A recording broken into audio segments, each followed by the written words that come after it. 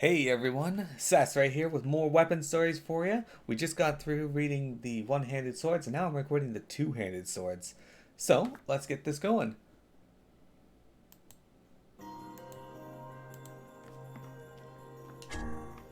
The Kusanagi.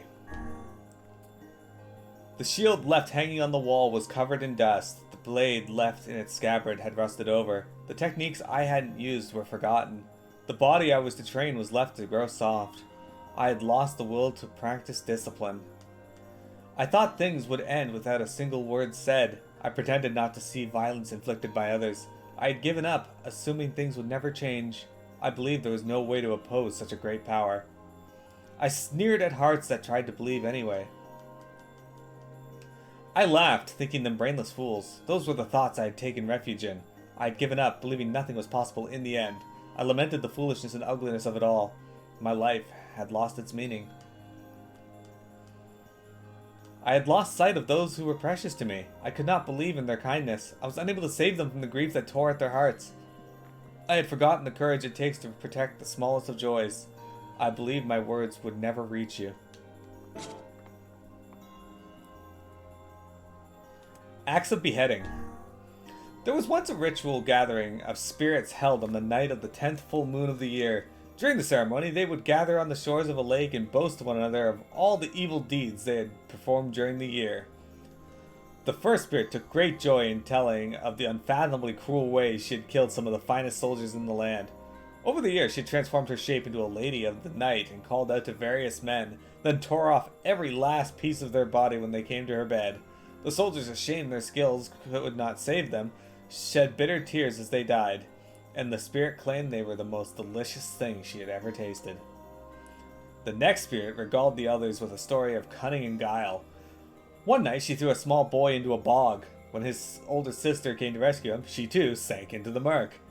These two were followed by their parents, then other siblings, then extended relatives, until finally every member of the village was sleeping at the bottom of the bog. When the spirit finished her story, she was so beside herself with glee that she did not even notice the saliva that dripped down her chin. Nervously, the small spirit in the group stepped forward to address the crowd. "I am the most amazing of us all!" cried the off-riddled spirit at the top of her lungs. "For it was I who thrust all living creatures into terror's deepest depths." The other spirits, unable to contain their mirth, collapsed to the ground and rolled about, and their laughter did not cease until the horrifying monster that the small spirit had summoned from the demon world devoured each and every last one of them.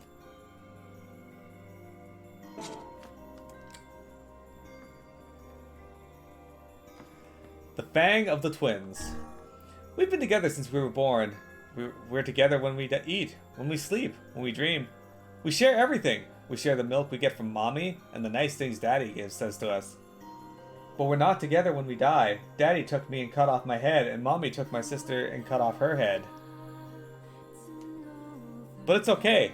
Our blood got all mushed up into a big axe. So now we can be together forever.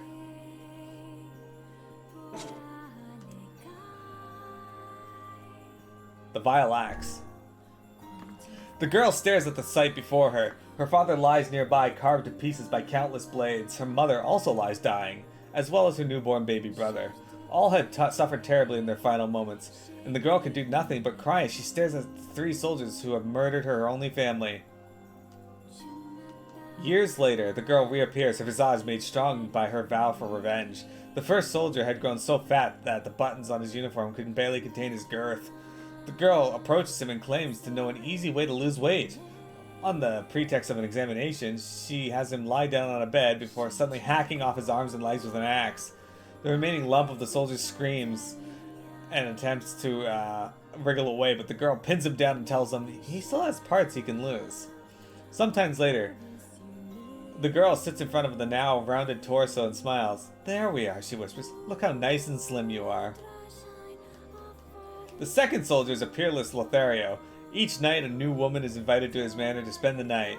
The girl breaks into his home and kills the woman at his side, then uses her axe to hack off his manhood as he trembles and begs for mercy. The third soldier has long since left the service and is now living a quiet life with his family in a remote village. After they have fallen asleep, the girl takes her axe and cleaves the support beams of the house, causing it to collapse. She then sets fire to the wreckage, creating a great bonfire that can be seen for miles in all directions. Suddenly, the soldier's son crawls from the wreckage, covered from head to toe in terrible burns. As his eyes fall on the girl who has murdered his family, she hands him her axe and flees into the dark of the night, never to be seen again.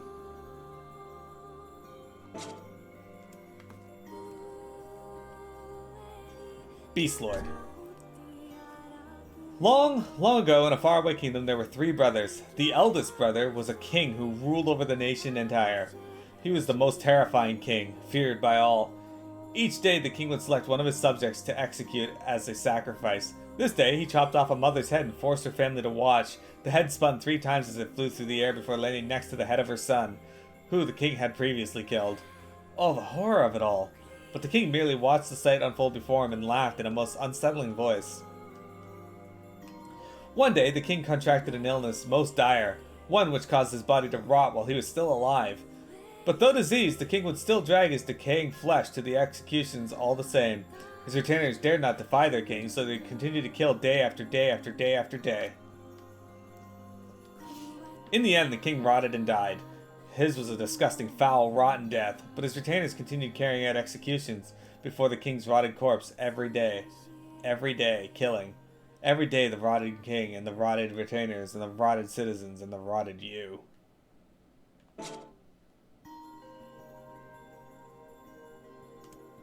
Iron Will. I raised the cry of my birth, the sound of the heated iron taking shape, a steel mallet striking my form. Born to deliver karmic justice, I enter the world under the careful watch of a spark and flame that give light to the gloom. I am a blade born of deafening roar. I am a weapon. I am Iron Will. I grant death. I transform the dread and screams of my foes to elation. I festoon my iron skin with their viscera. When I rob them of life, I am filled with dark joy. When I crush them beneath me, I find meaning in my birth. And I continue to kill, that I might share this delight with all. I kill, and kill, and kill, and kill. I am a weapon. I am Iron Will. I am shattered. At battle and blood's end, my body is torn asunder by malice and hate. Today, I engage the Red Dragon in battle, and magical forces meet leaping iron fangs to create a bloodstorm. My steel cursed, I sink into the slumbering black. I am a weapon. I am Iron Will. I dream. It is the dream of a small butterfly. In it, the butterfly is caught in a light rain, struggling against it with all its might. I am the darkest of nights. I behold a dream. Or in the darkest of nights, I behold a dream that will never come true. I am a weapon. I am Iron Will. The Phoenix Sword. This is a story of a time long ago. There was once a beautiful bird with splendid feathers that lived in a quiet life in a deep in the forest. One day, a lost child wandered into the woods. He came from a place of famine and had been abandoned in the forest as a way to reduce the number of mouths to feed. Taking pity on the feeble, starving child, the beautiful bird plucked one of its own feathers and gave it to him.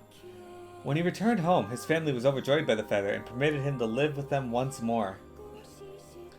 Hearing the child's story, one person after another descended on the forest to tell the beautiful bird how poor and unfortunate they were.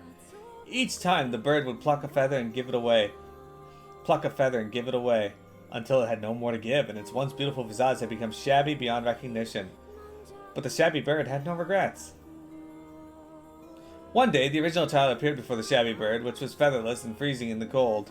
He had come seeking a bird with splendid feathers that he might repay the creature's earlier kindness. Overjoyed, the shabby bird said to the child, "It is I you seek. If I might beg a favor, would you hold me to your chest and warm my freezing body?" Sparing a single glance at the shabby bird, the child called it a liar and cut it down with a large blade. He then roasted the bird, ate every last part, and set out anew to find the beautiful bird who had once saved his life.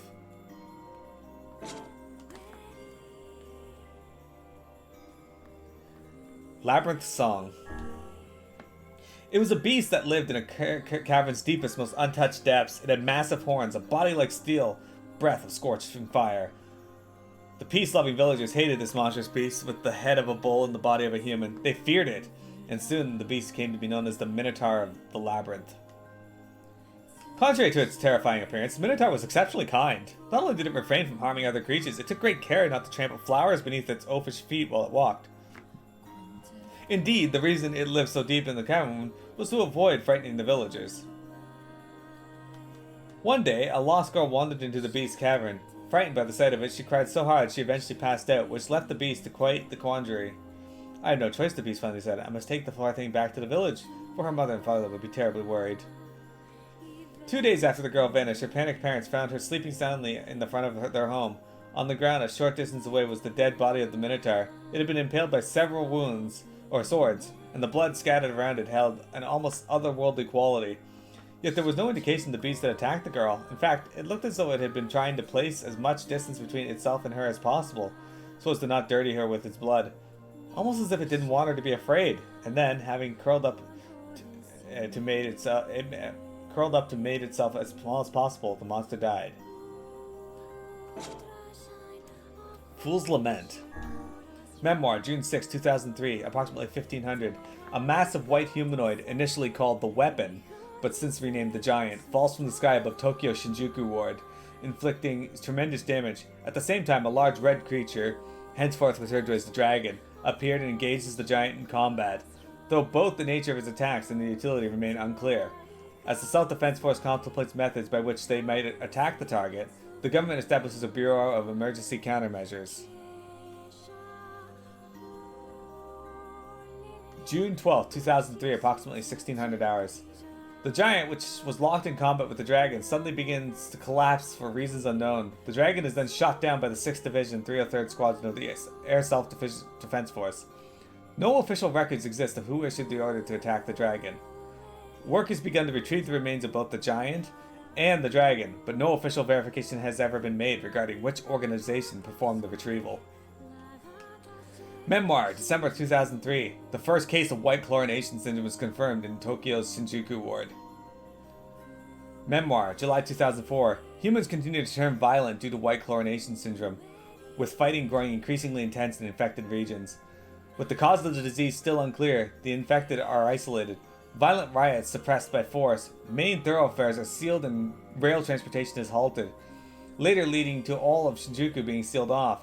At this time, the prospect of asking the American military for non-official intervention is considered, but the government defers. Meanwhile, research begins on muscle particles obtained from the Giant and the Dragon, as well as on countermeasures for white chlorination syndrome. This research ultimately leads to the founding of Project Gestalt a decade later.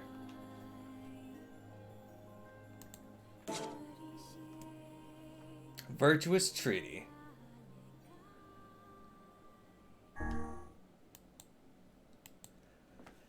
My family has decided I am to be betrothed. I cannot resist, for I am but a tool. The man who became my husband possessed terribly cold eyes, but he too is a mere tool to be used so his family might prosper. He treats me well in his own way, but I was still unable to properly respond to his kindness. One night he calls me to his chambers, still thinking him a kind man. I go to him willingly. As he greets me, I stare at the beautiful white katana he holds in his hand. Alright. That's it for the two-handed sword weapons. I hope you guys enjoyed that. There's some interesting, rather disturbing stories there, but hey, that's NieR weapon stories for you. So guys, thank you for viewing. I'll see you in the next video for the spear stories. Bye everyone!